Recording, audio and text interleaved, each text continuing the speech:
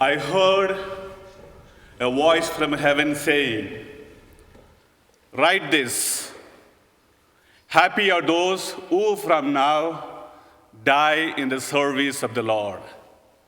Yes, indeed, answered the Spirit. They will rest from their hard work because the result of the service will go with them. Revelation chapter 14, verse 13. Archbishop Paul Coakley, brother priest, and my dear brothers and sisters in Jesus Christ. We all have gathered here in sadness and grief at the sudden death of our beloved brother and priest, Father Philip. It was so shocking, it is hard to believe. We refuse to believe. At this time, I express my heartfelt condolence to bishop, priest, and all of you. In this time of grief and sadness, Jesus is with us. He promised that he will be with us. In John's Gospel, we read, when Lazarus died, Martha and Mary were in deep sorrow. Jesus goes to them. And from their house, Jesus goes to the tomb. Jesus, looking at all the people grieving, John says, Jesus wept. Jesus is here with us today, sharing our grief and sadness. Death, dear brothers and sisters, what can we say about death? We do not know when we die. Father Philip, just 53 years. I was supposed to go with him. Me and two other priests were supposed to travel with him in the same flight. Who would have ever thought he would die? We do not know when we die. Do we know where we die? No.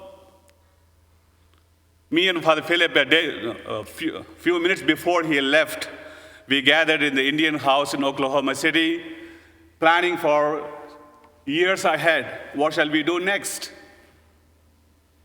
So we do not know when we die and where we die.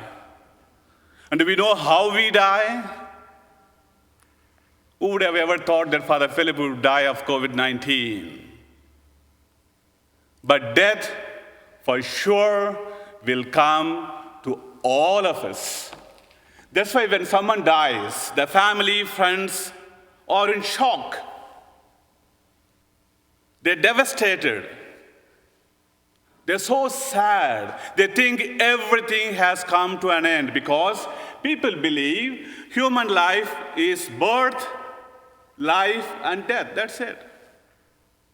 That is not so to us, dear brothers and sisters, because we believe in Christ. Death is not the end. In every funeral mass, we have a preface. Probably Archbishop will do the same preface. We have 2 or 3 choices.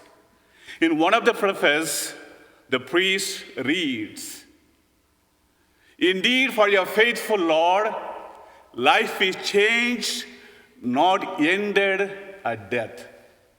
For believers in Christ, we are born, we live, we die. Death is not the end. We rise again. Life is changed. We're all grieving. We're all so sad that Father Philip is not here with us. But he still lives. Not with us in Elk City, in heaven. Because there's what Jesus promised. John Milton, he says, death is the golden key with which you open the palace of eternity. Now, Father Philip has used this key, opened the doors of eternity. Death is not the end, and we don't belong to death, dear brothers and sisters. Let me give you 3 reasons. The first one, Father Philip and all of us here, we believed in him who defeated death. St. Paul would say, "O death, where is your victory? O death, where is your sting?" It was he who defeated death. And Father Philip and all of us here believe in him. And second, dear brothers and sisters, he not only defeated death, he promised the same blessing for all of us. In John's Gospel, we read, "I am the resurrection and life. Everyone who believes in me will live even if he dies."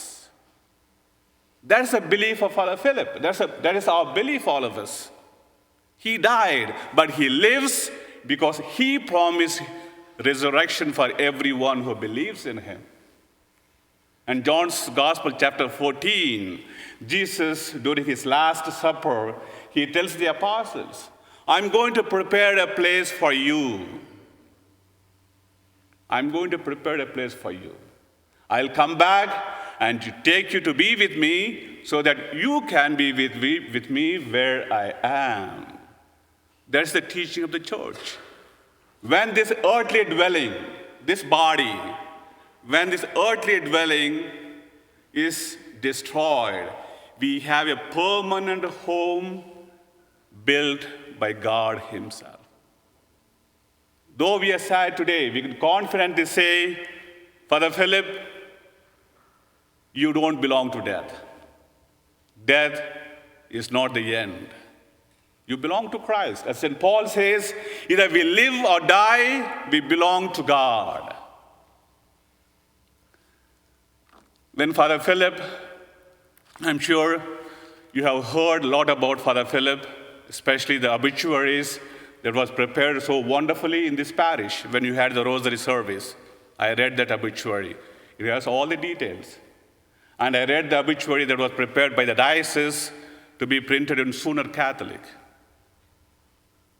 When Father Philip was diagnosed with COVID-19, I was also diagnosed with COVID-19 the same time. I didn't tell him.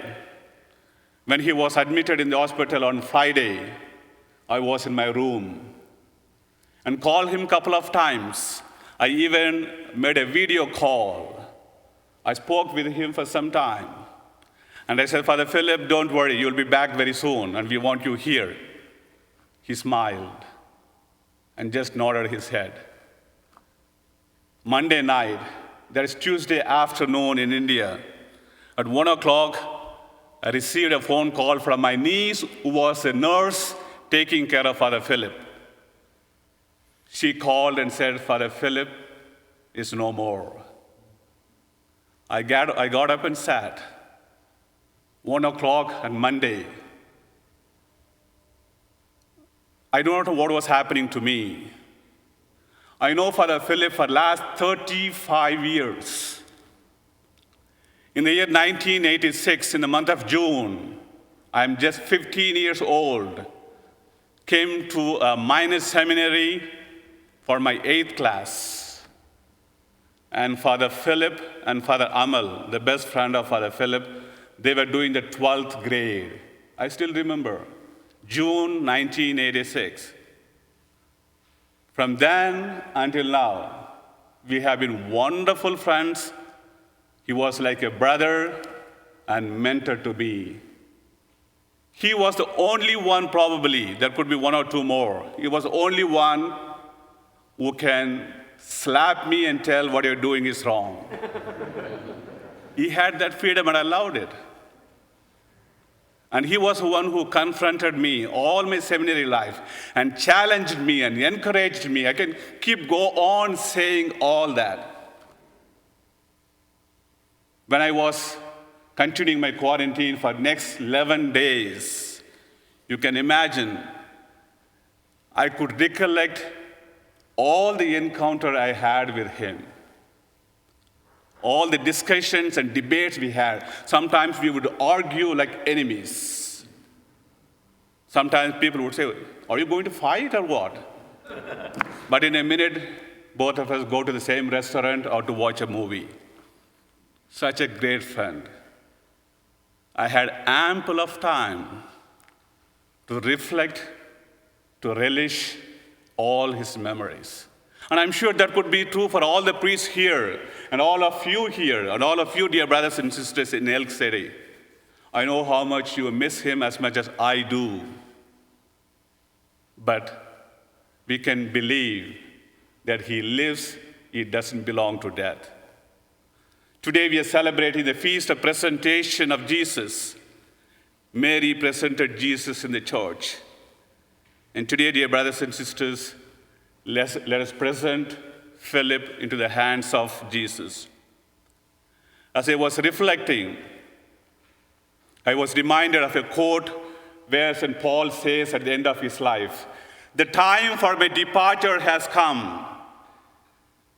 I have fought the good fight. I finished the race. I kept up my faith. Now there is in store for me the crown of righteousness, which the righteous judge will give it to me." And I was speaking with Father Amal the last time he spoke. He said, "Tell Archbishop and Oklahoma and Elk City, it could be few more months before I come." At the same time, he said, "If anything happens to me, take care of my sister." Probably he knew, as St. Paul, the time for his departure has come. He has lived his life to the full. As a son, 6 siblings, 5 brothers and 2 sisters, 4 brothers and 1 sister. As a brother, as a son, I know how much he loved his mother. I visited his mother many times. I know how much he loved his mother, his family, and all the parishes he worked. He was always loved. And we wish and pray, dear brothers and sisters, that Jesus receive him and tell him, "Father Philip, good and faithful servant, you have been faithful in little things. Come and share your master's joy." It's okay to grieve. And I'm sure, like every day, the last thought when I go to bed is Father Philip. The first thought is Father Philip. I feel as if he's in my room talking to me. That could be true for many of you. It's okay to grieve, but let's not despair. It's okay to feel sad, but let's not lose hope. We can shed tears that he is gone, or we can smile because he has lived with us.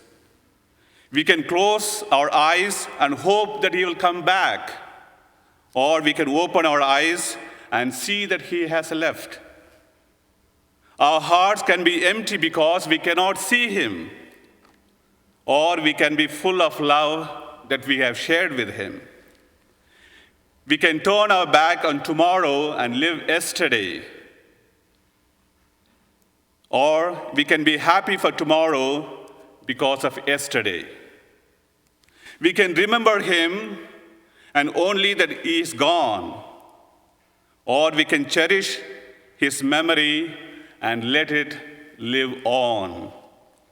We can cry and close our minds, be empty and turn our back, or we can do what he would do or what he wants us to do. Keep smiling. We see Father Philip with a big smile in the picture. Keep smiling. Love your life. Love your occasion. Live your life to the full. We will miss you, dear Father Philip, in person, but you will be always in our hearts and memories until we meet you in heaven.